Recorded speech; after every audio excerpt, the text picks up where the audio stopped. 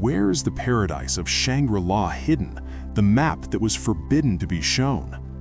Imagine a place hidden from the eyes of civilization, lost among the eternal snows of the Himalayas, where time flows differently, where people live for centuries without knowing disease or old age, and where sages guard ancient knowledge capable of changing the destiny of all humanity. Does it sound like fiction? Perhaps. But what if this is not a fabrication, but a reality carefully hidden for centuries? What if Shangri-La is not just a figment of writer James Hilton's imagination, but a real abode existing in the most inaccessible corners of the world, protected not only by nature, but by secrets that are too dangerous to reveal? Today, we are going on a journey that will blur the boundaries between myth and truth, between history and conspiracy, between what we are used to believing and what might turn out to be the truth.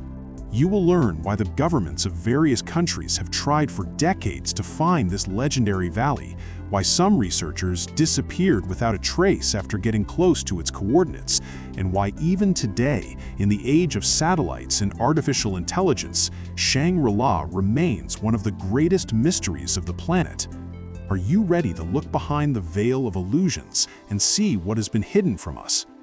The idea of Shangri-La first appeared in mass culture in 1933 when the English writer James Hilton published the novel Lost Horizon. In it, he described a secluded valley located high in the Himalayas where survivors of a plane crash end up. There, they discover the monastery of Shangri-La, inhabited by wise monks living in harmony with nature and possessing knowledge that goes far beyond the limits of modern science. The book became a bestseller, and the name Shangri-La itself became synonymous with a paradise on Earth. However, few people know that Hilton was inspired by real sources, primarily Buddhist and Tibetan legends about Shambhala, a mystical land where enlightened beings live and where the key to the spiritual awakening of humanity is kept. It is interesting that even before Hilton, European travelers and missionaries spoke of strange rumors coming from Tibet, about valleys where no stranger's foot had stepped, about cities visible only on certain days of the year, and about people speaking a language unlike any known one. These stories were long considered fiction, but with the development of geographical research and the discovery of new territories, many began to wonder if it might all be true. After all, if Shangri-La were just a literary metaphor, why would so many people, from simple travelers to high-ranking officials, try to find it? One of the most famous seekers of Shangri-La was Nicholas Roerich, a Russian artist, philosopher, and traveler whose expedition to Central Asia in 1924 still raises many questions. Officially, the goal of his mission was to study the culture, archaeology, and religion of the region, but many researchers claim that in reality, Roerich was looking for Shambhala, the very mystical abode that Hilton would later call Shangri-La. His diaries are full of mysterious entries as he writes about invisible cities, rays coming from the mountains, and meetings with lamas who knew about his arrival in advance even though no one had informed them. Moreover, Roerich's expedition received support from several governments at once, including the Soviet Union, the United States, and even Japan, which is extremely strange for an ordinary scientific mission.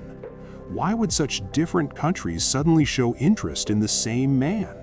Conspiracy theorists are certain they were looking for more than just spiritual knowledge, perhaps a technology or energy capable of giving a colossal advantage in future conflicts. And perhaps Roerich was close to the answer. In one of his letters, he mentions a valley surrounded by 7 peaks where the air smells like eternity, but he never returned to this topic again. Did this information disappear intentionally, or did Roerich himself receive a warning that it was better to remain silent? Over time, the search for Shangri-La stopped being the business of only mystics and philosophers, as intelligence agencies, the military, and even space agencies got involved. In the middle of the 20th century, the CIA declassified documents mentioning secret bases in the Himalayas inhabited by people with unusual abilities. Although these files were partially deleted or blacked out, some researchers claim they referred specifically to Shangri-La. Especially interesting is the case of American pilot Frank King, who in 1957 claimed that during a reconnaissance flight over Tibet, he noticed a city below with perfect street geometry that did not correspond to any maps.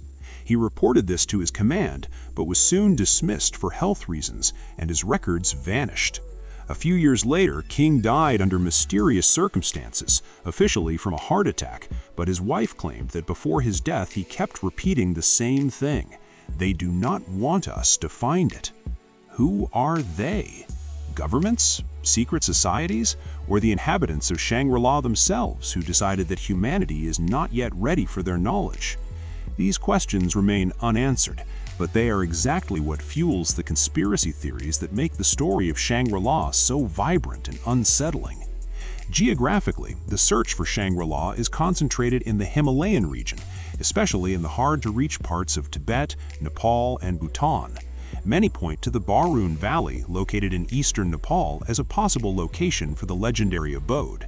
This place is truly amazing, as rare plants grow there, some trees are over 1,000 years old, and locals talk about people in white robes who appear in the fog and disappear without leaving a trace. Other researchers turn their attention to the Changtong Plateau in Tibet, a vast desert at an altitude of more than 4,500 meters, where, according to rumors, there is an entrance to an underground world connected to Shangri-La. There is even a version that the abode is not on the surface, but inside the Earth, and access to it is possible through polar holes, an idea popular among supporters of the hollow Earth theory. But the most curious thing is that practically all eyewitnesses who claim to have visited Shangri-La described the same thing: crystal clear air, unusual architecture, the absence of disease, and a feeling of deep inner peace. At the same time, not one of them was able to pinpoint the exact coordinates or return there again. It is as if reality itself prevents the secret from being revealed. Could Shangri-La exist in another dimension, or is it protected by some kind of energy veil inaccessible to ordinary perception? Technological progress seemingly should have dispelled all myths, with satellites photographing every inch of the planet, drones penetrating the most remote gorges, and artificial intelligence analyzing data in real time. However, it is precisely in recent decades that the number of testimonies about Shangri-La has only grown. In 2015, a group of climbers from Germany stated that on the top of one of the unknown peaks, they saw a structure resembling a monastery, but when they tried to approach it, it disappeared into the clouds. In 2019, satellite images showed anomalous thermal activity in the region where legends say Shangri-La should be located, activity not related to volcanoes or human activity. Scientists were unable to explain this phenomenon, and the data was quickly removed from public access. Even stranger is the fact that Google Earth in certain areas of the Himalayas demonstrates odd artifacts, blurred areas, and distorted images, as if someone is intentionally hiding information. A coincidence? Perhaps. But when there are too many coincidences, you begin to wonder if something truly important is being hidden from us. The spiritual aspect of Shangri-La is no less mysterious than the geographical one. In Tibetan Buddhism, Shambhala is not just a physical place, but a state of consciousness achievable through meditation and inner work. However, there is another interpretation. Shambhala is a real country ruled by King Rigden, who will come at the hour of greatest danger and restore justice on earth. This idea has inspired many, from Mongolian Khans to Nazi occultists.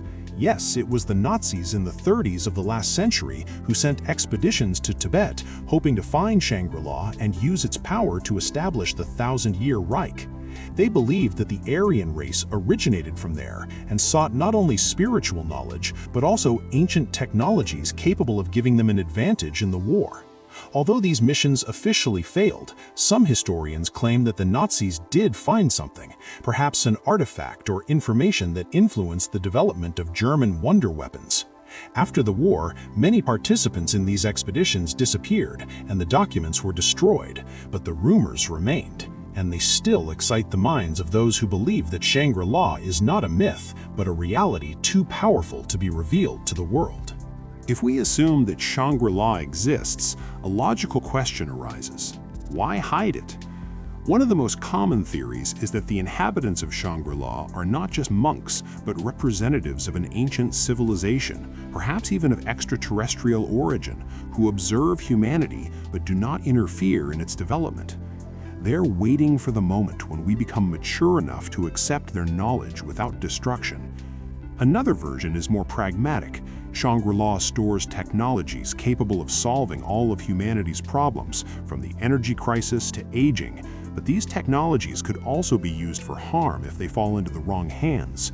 Therefore, access to them is strictly controlled. The third hypothesis is the most unsettling.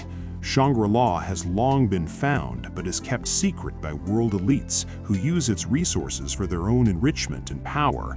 Perhaps this is why so many politicians, billionaires, and celebrities show interest in Tibet, meditation, and Eastern philosophy, as they are not just seeking spiritual enlightenment, but are trying to gain access to a source that gives them longevity and influence. Does it sound like paranoia? Maybe, but history knows many examples where the most incredible theory turned out to be true. It is important to understand that Shangri-La is not only a geographical riddle, but also a symbol. It personifies a person's desire for an ideal world, for harmony, and for the meaning lost in the bustle of modern life. Perhaps this is why the legend of it is so persistent, as it tells us that somewhere out there, beyond the horizon of everyday life, there is a place where everything is different. But what if this place is not somewhere out there, but inside us? What if Shangri-La is a metaphor for the inner journey that each of us can take if only we want to? This thought does not negate the possibility of a physical abode existing, but it adds depth to it. After all, even if we never find it on a map, we can create it in our heart.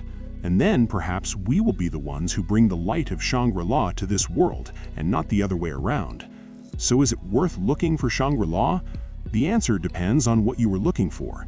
If you want a map with exact coordinates, you will likely be disappointed. But if you were looking for meaning, inspiration, and the belief that the world is still full of wonders, then every action, every thought, and every step into the unknown brings you closer to it. Do not let skeptics convince you that everything has already been discovered and studied. Do not believe those who say that dreams are a waste of time. It is the dreamers, the seekers, and those who look beyond the horizon who change the world. Keep asking questions, study ancient texts, listen to the stories of old people in mountain villages, analyze anomalies on satellite images, meditate, travel, and remember that sometimes the road itself is Shangri-La, because on the way we become different. On the way we find ourselves, and maybe that is the main secret of the paradise abode, not in finding it, but in becoming worthy of it.